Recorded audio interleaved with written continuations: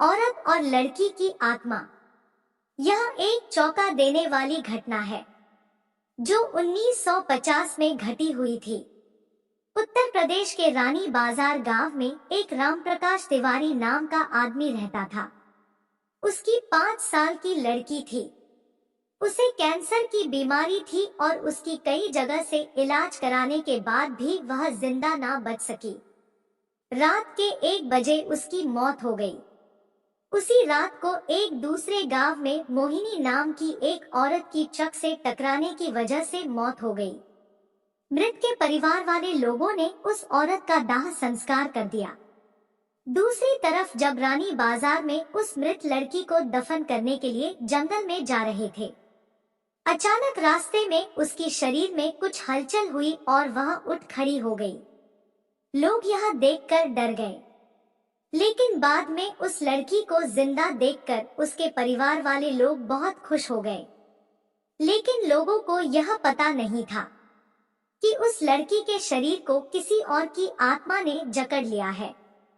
उस 5 साल की लड़की के अंदर मोहिनी की आत्मा घुस चुकी थी। वह अलग जगह पर आकर बहुत दुखी और परेशान हो गई थी।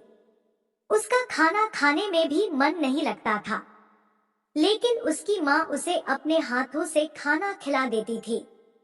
एक दिन वह लड़की अपनी माँ के साथ उसके मामाजी के घर जा रही थी और रास्ते में अचानक वह जगह आई जहाँ मोहिनी की ट्रक से मौत हो गई थी।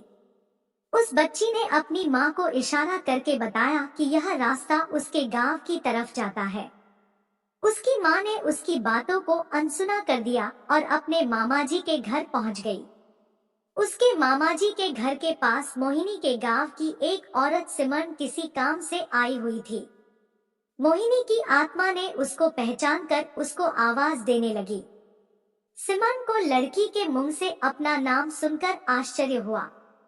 सिमरन के पूछने पर उस लड़की ने उसको अपनी पूरी घटना बता दी और बोली कि मेरी मौत से पहले ही मेरे घर वालों ने मुझे जला दिया और इस बच्ची की खाली शरीर को देखकर इसमें रहने लगी। जब सिमरन ने यह बात सुनी तो उसने अपने गांव जाकर सारे गांव वाले लोगों को यह बात बता दी और उसका पूरा परिवार मोहिनी से मिलने आ गया। उस लड़की ने सबको पहचान लिया और वह अपने पूरे परिवार के साथ अपने गांव चली गई और उसने वापस रानी बाजार आने के लिए मना कर दिया, लेकिन लोगों के समझाने पर वह मान गई। इस तरह वह दोनों परिवारों के साथ रहने लगी।